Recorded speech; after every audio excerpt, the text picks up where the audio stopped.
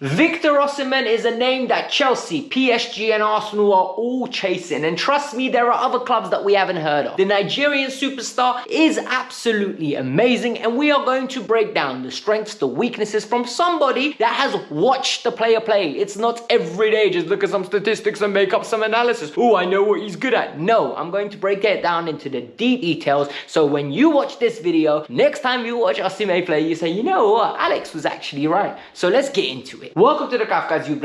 The deep dive today for the tactical breakdown of Victor Osimhen is going to be interesting. After the Victor Gyökeres video and the reaction I got where everyone enjoyed it, more people started asking for different names. Sesko, Osimhen, and so on and so on. So I decided to do Victor Osimhen because of the fact that there are so many different clubs linked with him.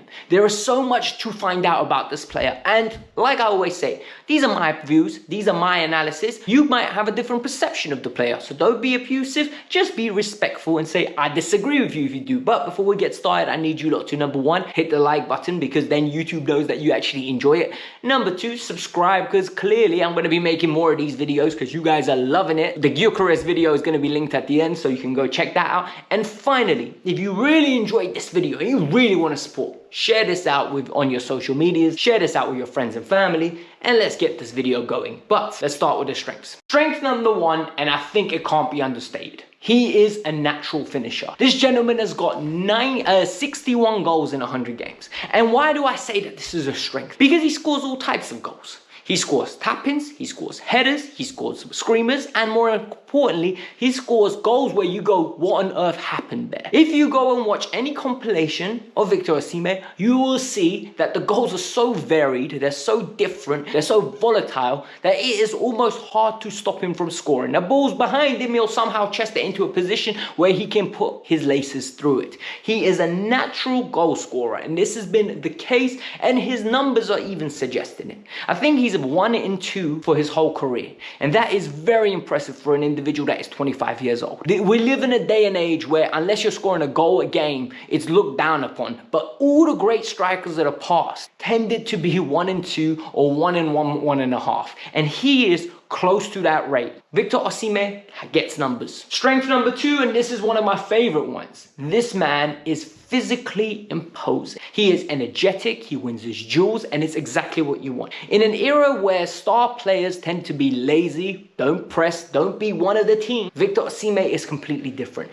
The ability to press and be a trigger of the press is amazing. Tactically, he knows when to press it, he knows when he's got support, and what I will say with him, it means more. When he puts on that Nigeria shirt, he's not having a great game, but guess what? He is the one that is leading the charge, he's setting the example for everyone else, and what happens is, when your leader does that and leads by example, the rest of them know it's time for me to step up and put in a shift as well. And this is something he has done throughout his career. Him winning his duels, well, he is so powerful, so strong, knows how to use his body. He might have a frame that isn't bulky, and he's very lean, but he is super powerful and he's an absolute monster. Number three, and this is actually an underrated area of his game. I think his aerial threat is second to none. Purely based on the fact that when corners come in, Victor Osimhen is the third highest one up, and he has the ability that Cristiano Ronaldo really had. He can get up there and somehow time stops. Somehow he is gliding up there until the ball comes down to him, he connects, and then he starts coming down.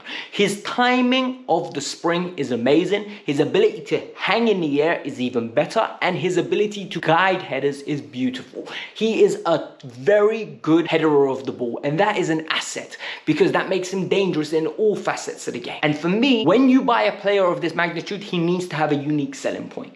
There needs to be something. For me, it's finishing and his aerial ability, because the number of duels he wins is actually beautiful to see. The next thing I want to talk about is more intangible. We can see the tangible things. We can see the duels won, we can see the goals scored, and then we can see the finishing. But the one thing that you can't see is his leadership. It's the intangibles, the soft skills, right? It's the ability to, number one, take the pressure on himself. What has he done? Well, when he won the best player in Africa, he actively was carrying the responsibility of the continent, he said. He said, I want to be the best player on this continent. Then, when he led Nigeria in AFCON, he openly takes criticism for where they play poorly. He takes the praise when they play well. He is the one that demands more of himself. When Napoli won the Scudetto, he was the top goal scorer, but more importantly, he was the face of the project. Whether they played well, whether they played poorly, he's the first one to come out and answer questions. He's the last one to go and throw anyone under the bus. This man has got leadership written all over him. A lot of people say Declan Rice has got that. I see really good comparisons in Victor Osimhen. He's a man amongst men. He is an absolute leader.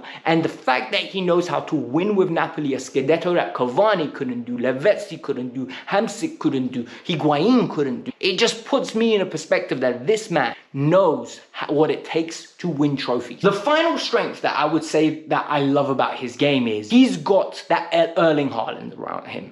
And then people are going to say, what do you mean? Low block, high block, doesn't matter. He is dangerous. And people are going to say, what do you mean it doesn't matter? Well, let me give you an example. It's a low block. He doesn't need to get involved in build-up. He'll go into that 6-yard box. Due to his leaping ability, he's a threat. Due to his movement in the box, he's a threat. Due to his energy and his tenacity to get on the end of things, when crosses come in, he is dangerous. High block. Okay, you want to hold a high line.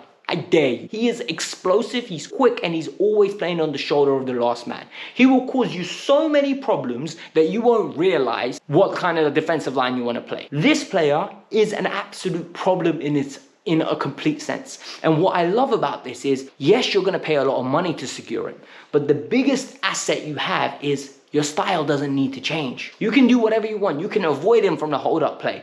But when you get into the final third, you can do that. But you can also go long on a counter-attack. He is the perfect striker for an old-school Jose Mourinho system. Because at home games where the team parks the bus, he will get goals. Away games, when you go away to the big six, he will get you goals because he will make goals out of nothing. But obviously, when there are strengths, there are weaknesses. Nobody's perfect, and we need to talk about some of the weaknesses.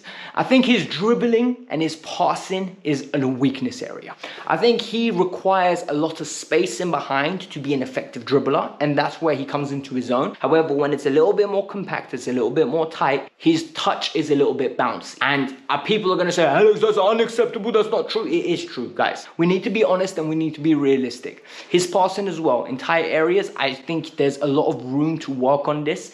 I think he could be a little bit more punchy. Reminds me an awful lot of Erling Haaland. 1-touch, 2-touch passes, very good. The ability you gave him to turn the ball and then decide what to do, problems. He's a player like Haaland where everything has to happen off the instinct. The longer you give him to think with the ball what to do next, the more problems arise. That's my personal opinion. The player, in my opinion, whilst is very athletic, this comes at a consequence. Whilst very powerful, and it illustrates in the number of games he misses and the number of days he misses. He plays the way Jack Wilshere used to play.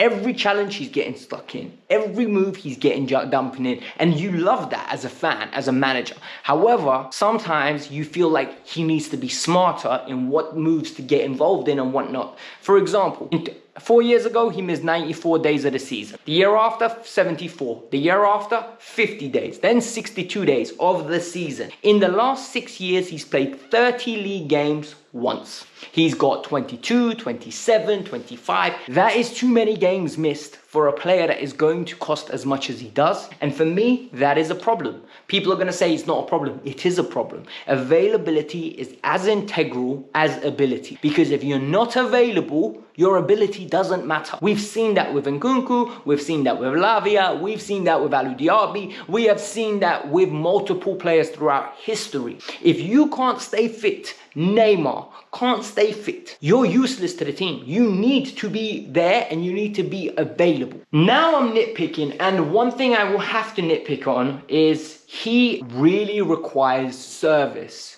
to be dominant.